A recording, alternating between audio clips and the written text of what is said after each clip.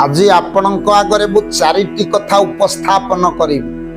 यही चारिटी कथारू आपण जानिबे प्रकृत रे ये चारि कथा मध्यरु प्रकृत रे श्रेष्ठ किए बा बड़ किए काहाकू आमे बड़ बोली ज्ञान करिबा।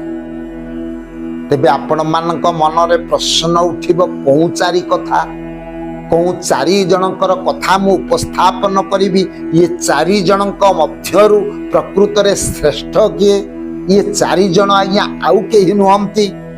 ये होचंती आज्ञा भार्या पुत्र विद्या एवं बुद्धि।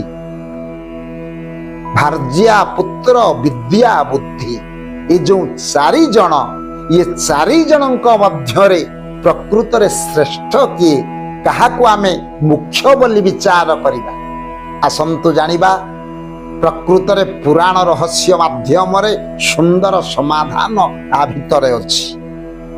आपण माने शुनिचंती आज्ञा नीतिशास्त्र प्रमाण दैचंती गृहे किं कार्य जदि नास्ति भार्या। आपण जो 2 महला 3 महला कोठा निर्माण करूचंती जेते बड़ सौध निर्माण कले मध्य गृहे कि कार्य जदि नास्ति भार्या। प्रकृत रे आपणकर पत्नी जदि नथिबे आपण जदि विवाह करि नथिबे भार्या जदि नथिबे काहे कि तांको भार्या बोली कुआ जाउछि पत्नी मध्य कुआ जाउछि। पत्नी काहे कि कुआ जाउछि ना पत त्रायते इति पत्नी।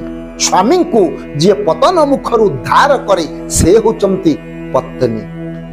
भार्या प्रकृत रे स्वामींकर भाराजे को लाघव करंती भारा ग्रहण करंती तांकर दायित्व नियंती से होचंती भार्या। सहधर्मिणी बोली कहा जाए। सहधर्मिणी आमे काहाकू कहबा ना प्रकृत रे जे स्वामींकर धर्म रक्षा पाई निजको उत्सर्गीकृत करंती से होचंती प्रकृत रे सहधर्मिणी। सेति पाई कहा जाईछि गृहे किं कार्य जदि नास्ति भार्या। खाली एतिके नुह भार्या किं कार्य जदि नास्ति पुत्र।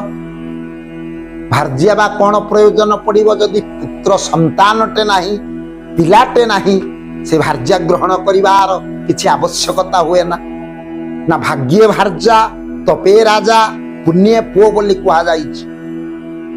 प्रकृत रे विवाहर प्रयोजन हुए आपण माने कहंती पुत्रार्थे क्रियते भार्या पुत्र पिंड प्रयोजन। आपण माने विवाह काहेकि करंती ना जो 84 नरक रहिछि से 84 नरक मध्यमरु पुत नामक नरकरु उद्धार पाइबा पाई पिता माता या पुत्र कामना करंती। तेणु भार्या किं कार्य जदि नास्ति पुत्र कले विवाहर प्रयोजन बा कोन अछि जदि पुओटे नथिबो कोଳରେ तबे से घर शून्य हबो घर घर परिका लागिबो ना। अच्छा पुत्र किं कार्य जदि नास्ति विद्या।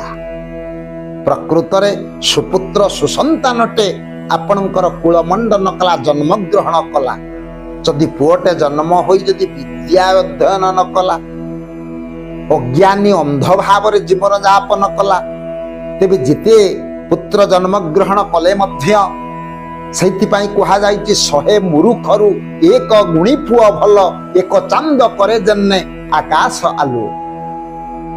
100 तारा या 1000 तारा रही मध्य ये आकाश को आलोकित करि पारंती नाही संसार को आलोकित करि पारंती नाही। गोटिए चंद्र आकाश रे उदय हले बासिले चंद्र आसिला मात्र के अंधकार दूरीभूत हुए आलोक प्रदान करंती चंद्र। सेति पई कहा जाईछि 100 मूर्खरु एक गुणी पुओ भल एक चांद करे जने आकाश आलु।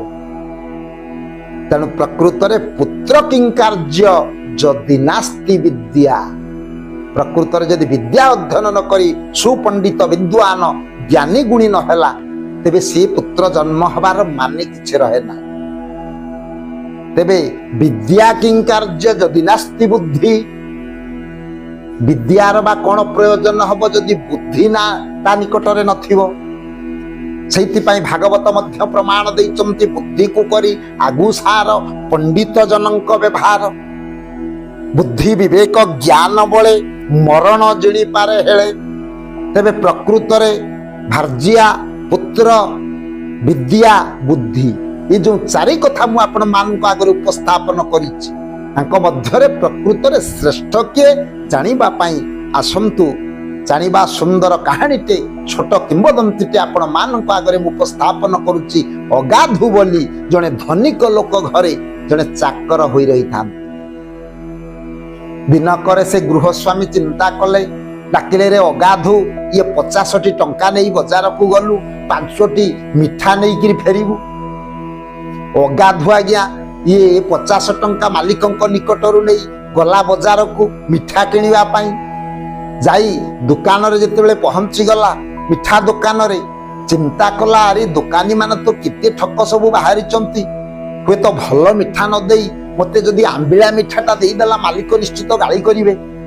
तेणु कही चिंता कले कले जो मिठाटा मो पाई तमे दउछ ये 5टा मिठा मु नेबी गोटे मिठा मो चाखिबी प्रकृत रे सीटा भल अछि कि नाही तापरे मालिकंक पाई नै।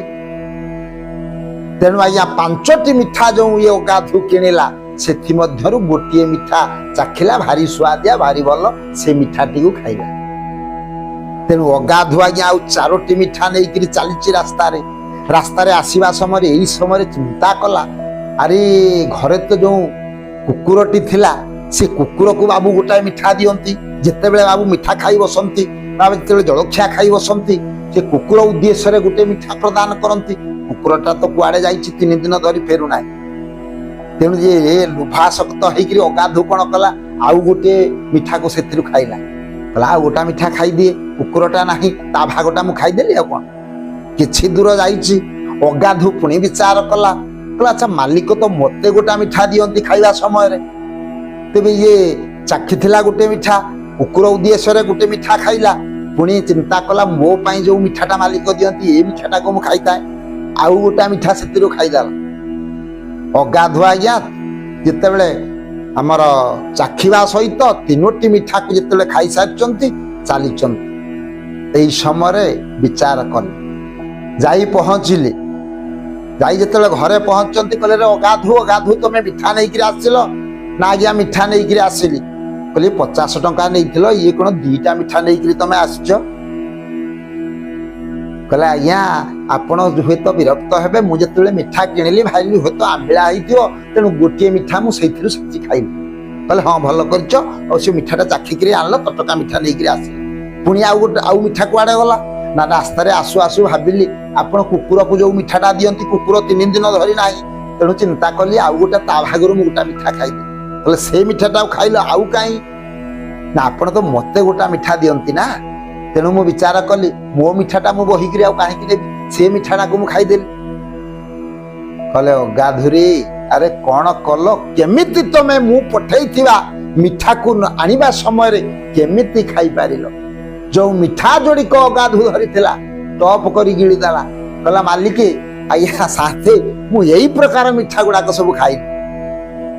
तेणु प्रकृत रे देखंतु अगाधु जो बुद्धि ता निकट रे नाही सेथि पई कुहा जाईछि बुद्धि को करी आगुसार पंडित जनक व्यवहार। 3टी मिठा तो आगरु खाइथिला केमिति खाइलु बोली जेतेले अगाधु को पचारि देला आउ जोड़िए मिठा गिली देला कहला एमिति खाइ देली परा। तेणु प्रकृत रे जेते विद्या अध्ययन करम जदि ता निकट रे बुद्धि नथिबो बुद्धि विवेक ज्ञान बळे मरण जेनी पारे हेले। तेणु ये संसार रे जिते अछि आया संसार रे जिते ज्ञान आपण आहरण करंतु प्रकृत रे बुद्धि जदि नाही बुद्धि नाही तो सब शून्य विद्या मध्य निरर्थक होई जाय।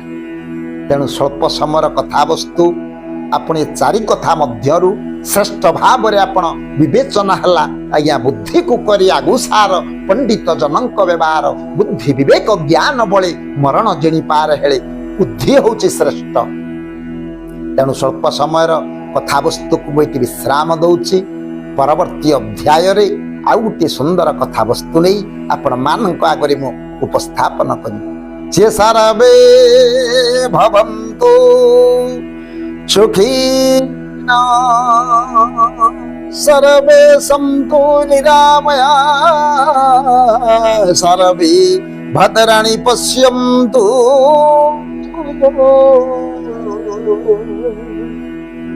मा कश्चित् दुःख भाग भवेत्। ओम शांति ओम शांति ओम शांति।